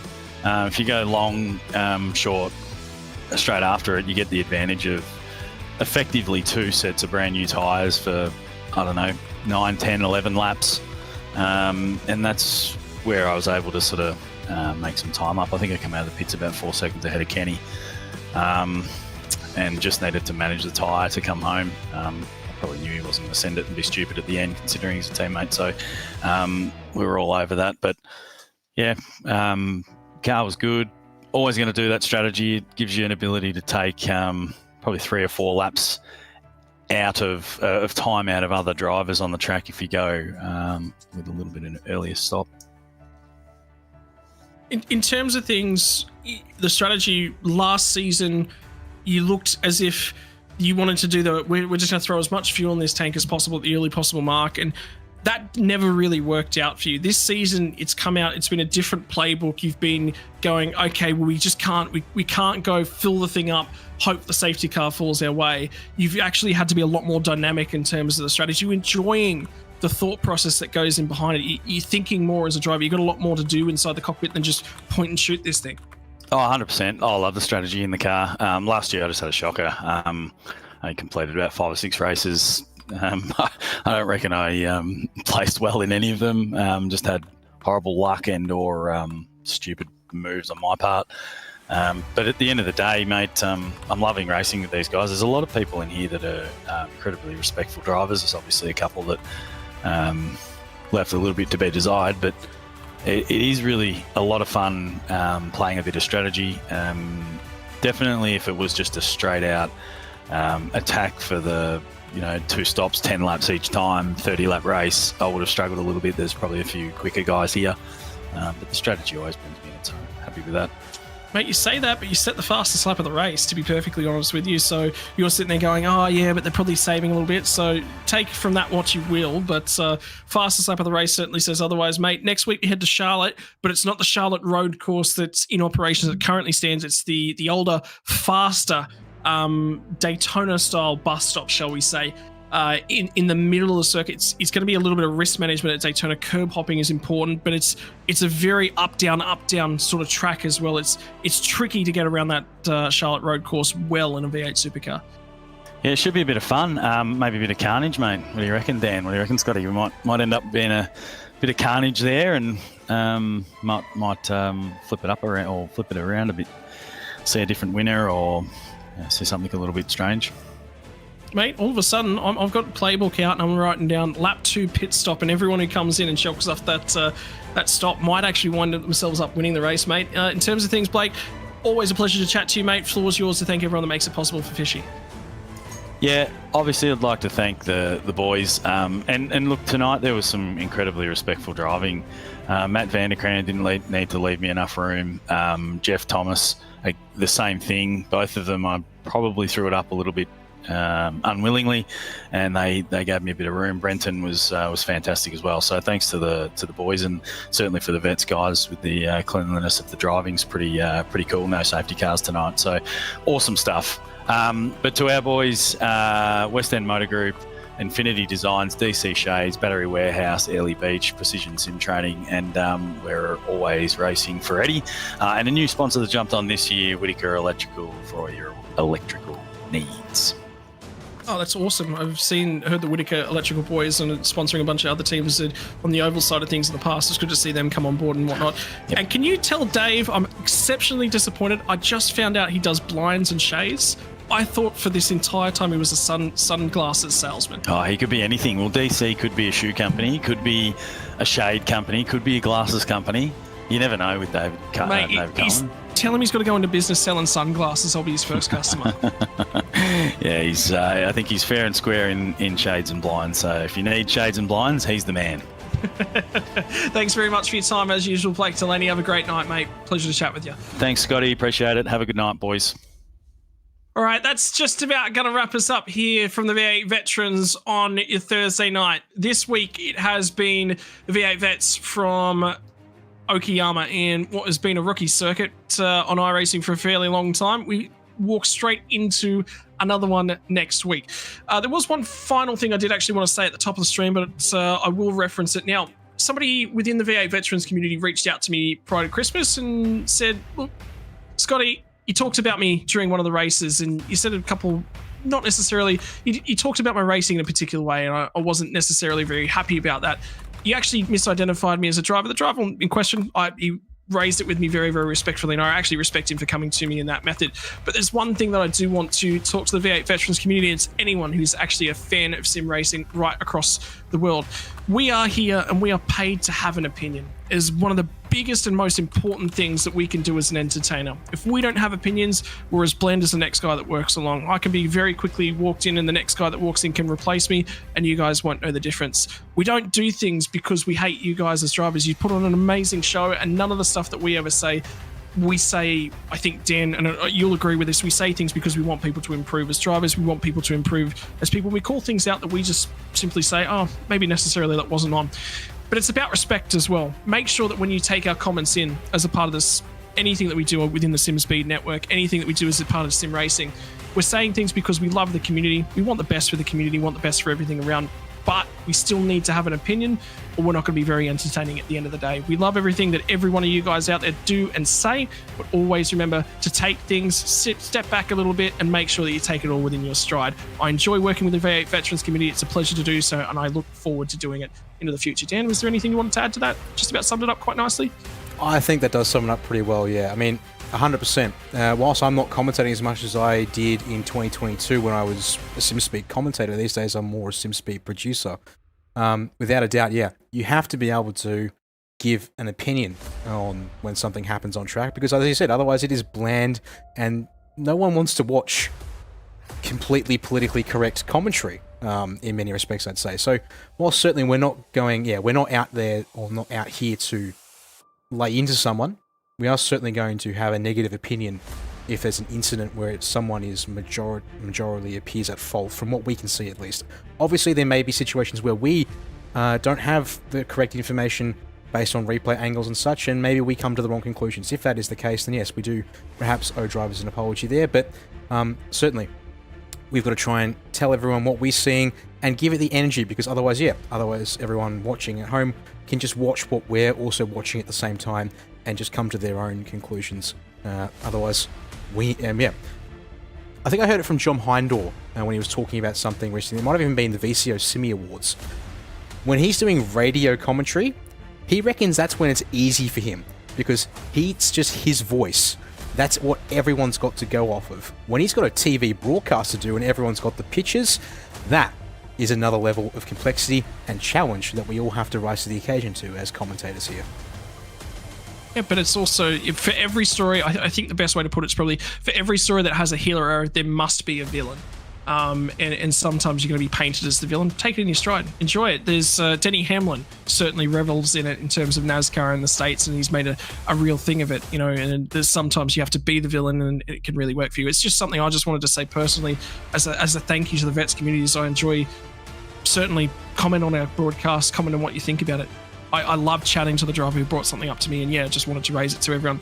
Other than that, ladies and gentlemen, thank you very much for listening to us for this entire period of things. Like we said, we love the vets community. Keep coming, keep doing Super Vets, keep doing podcasts, keep doing everything you do out there. We'll see you next time on Thursday night to go racing from the V8 Veterans. On behalf of Logitech G, on behalf of Nova Sim Sports, on behalf of all the sponsors that make it possible, Parramatta, Isuzu, Ute, and that wraps up Player One Sim Gear is the one that we were missing, and of course, RaceKraft Simulations, who are the title sponsor for V8 Veterans season number 18. We'll see you next week for Charlotte International Speedway.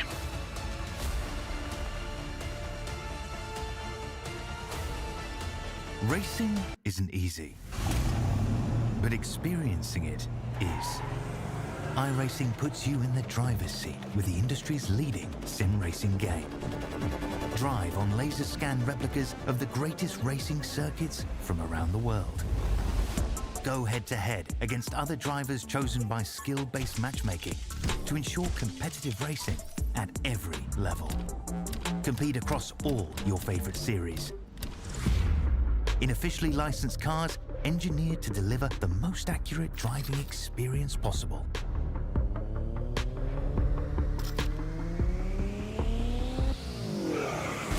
Join a race or host your own with players from across the globe. Race against the computer or in a league with friends.